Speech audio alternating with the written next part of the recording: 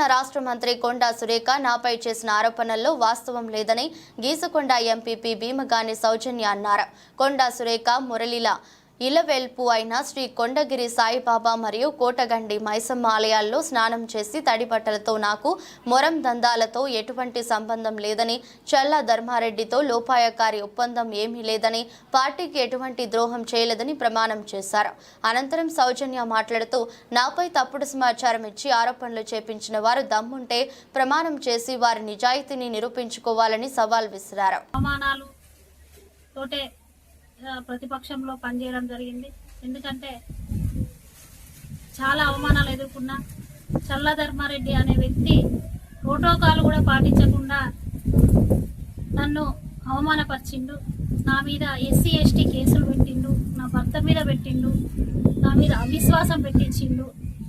అయినా కూడా కాంగ్రెస్ పార్టీ అంటే అభిమానం, రేవంత్ రెడ్డి గారు అంటే అభిమానం తోటి ఇప్పటి వరకు కూడా ఎన్ని కష్టాలు ఎదురైనా కూడా కాంగ్రెస్ పార్టీని వదిలిపెట్టలేదు. ప్రోటోకాల్ పాటించకుండా కూడా నా కార్యకర్తల మండలంలో ఉన్న కార్యకర్తల కోసం, మండలంలో ఉన్న వాళ్లకు ధైర్యం కోసం కాంగ్రెస్ పార్టీ ఎంపీకి ఉన్నది మాకు కూడా అని వాళ్ళ కోసం నేను పార్టీ వదలకుండా ఉన్నాను ఇప్పటికి కూడా.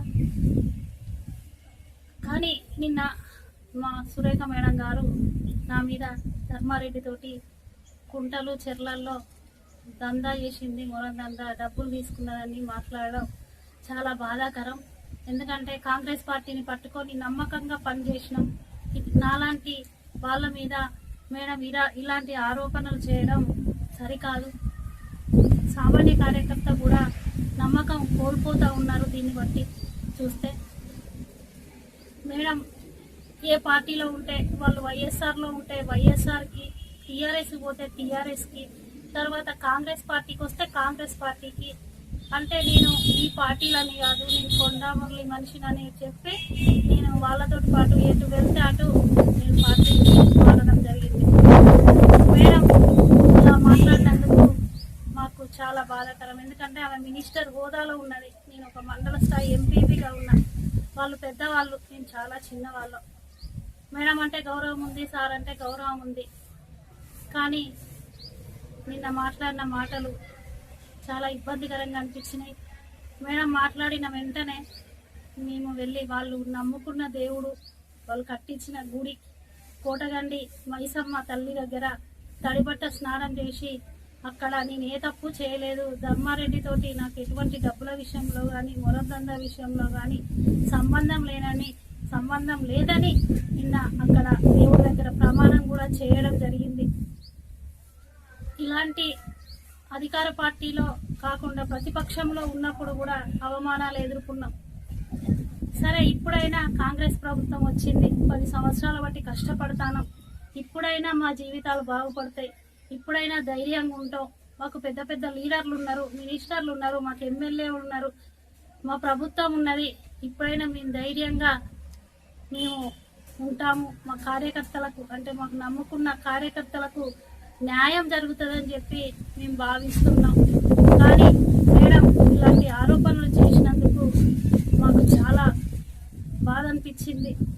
దీన్ని మేము కూడా, ఎందుకంటే మేడం గారు పెద్దవాళ్ళు కాబట్టి మేము కూడా దీని మీద ఎటువంటి ఇది కూడా మేము విమర్శించడం లేదు. ఇంకోటి ఏంటంటే మేడం గారు ఎమ్మెల్యే యాస్పిరెంట్ అని కూడా మాట్లాడడం జరిగింది. నేను చిన్న స్థాయి గ్రామ స్థాయి సర్పంచ్, తర్వాత ఎంపీపీ. నేను ఎప్పుడు కూడా పదవులు ఆశించలేదు పెద్దగా. నా భర్త ఆర్టీసీలో ఉద్యోగం చేస్తాడు. తన ఉద్యోగంతో ఇప్పటికి కూడా నేను సర్పంచ్ అయినా మా ఆయన ఉద్యోగమే చేస్తాడు, నేను ఎంపీ అయినా ఉద్యోగమే చేస్తాడు. ఆ రకంగానే బతుకుతానమే తప్ప ఎప్పుడు కూడా భూ కబ్జా చేయలే, సెటిల్మెంట్లు చేయలే, దందాలు చేయలే. సర్పంచ్ ఎప్పుడు ఎట్లున్నానో ఇప్పుడు కూడా అదే రకంగా మేము గడుపుతున్నామే తప్ప ఎప్పుడు కూడా పెద్ద స్థాయికి పోవాలని, ఏదో సంపాదించాలని మేము ఎప్పుడు కోరుకోలే. మేము కోరుకునేది ఒక్కటే, నన్ను నమ్ముకున్న కార్యకర్తలకు ప్రభుత్వం వచ్చింది, వాళ్ళకి న్యాయం చేయాలి. కేసుల పాలైన చాలామంది టీఆర్ఎస్ వాళ్ళు ఎంత టార్చర్ పెట్టినా వదిలిపెట్టకుండా మాతోటే ఉండడం కూడా జరిగింది. యూత్ పిల్లలైతే చాలా మంది ఉన్నారు నాతోటి. అలాంటి వాళ్ళకి న్యాయం చేయాలని మేము ఆశపడుతున్నాం. ప్రభుత్వం రావడం చాలా సంతోషం, కానీ ఇలాంటివి కాకుండా మాలాంటి కష్టపడ్డ వాళ్ళని పార్టీ గుర్తించి తగిన న్యాయం చేయాలి. న్యాయం అంటే పెద్ద పదవులు ఆశిస్తలేం, కానీ మా నమ్ముకున్న కార్యకర్తలకు పనులు చేస్తే సరిపోతుందని మాకు ప్రతిపక్షంలో ఉన్నప్పుడు చాలా అవమానాలు పడ్డాం. అవసరమైతే ఆస్తులైనా అమ్ముకున్నాం, కానీ అధికార పార్టీ వాళ్లకు తల వంచలేదు. ఎక్కడ కూడా వాళ్ళతోటి లాలూచి పడకుండా కార్యకర్తలకు ధైర్యాన్ని ఇస్తూ పార్టీని కాపాడుకోవడం జరిగింది.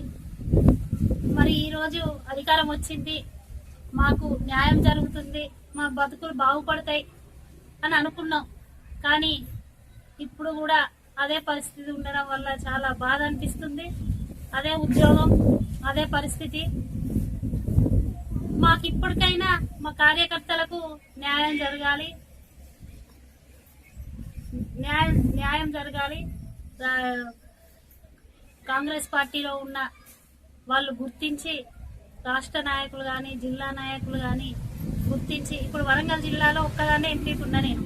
అంటే వరంగల్ ఉమ్మడి జిల్లాలో ఇప్పుడు అధికారం వచ్చింది, అందరూ వచ్చిండ్రు. అప్పుడు మాత్రం ఒక్కదాన్నే ఉన్నా. మరి ఒక్కదాన్నే ఉన్న వరంగల్ జిల్లా పరిషత్లో ఎవ్వరు లేరు, అక్కడ అందరు వాళ్ళే. నేను ఒక్కదాన్నే పోయిన ప్రతిపక్షం నుండి. అయినా సరే ధైర్యంగా పోయేదాన్ని. ఎక్కడ కూడా వాళ్ళు ఎన్ని మాటలన్నా కూడా అక్కడ మాట్లాడేది ప్రతిపక్ష గొంతు వినిపించి నేను వచ్చేదాన్ని. మరి అలాంటి వాళ్ళకి ఇప్పుడు పార్టీ గుర్తిస్తుందని నేను అనుకుంటా ఉన్నా. నాకు ఇంకా నమ్ముకున్న కార్యకర్తలు ఉన్నారు, వాళ్ళకు కూడా న్యాయం జరుగుతుందని నేను అనుకుంటా ఉన్నా.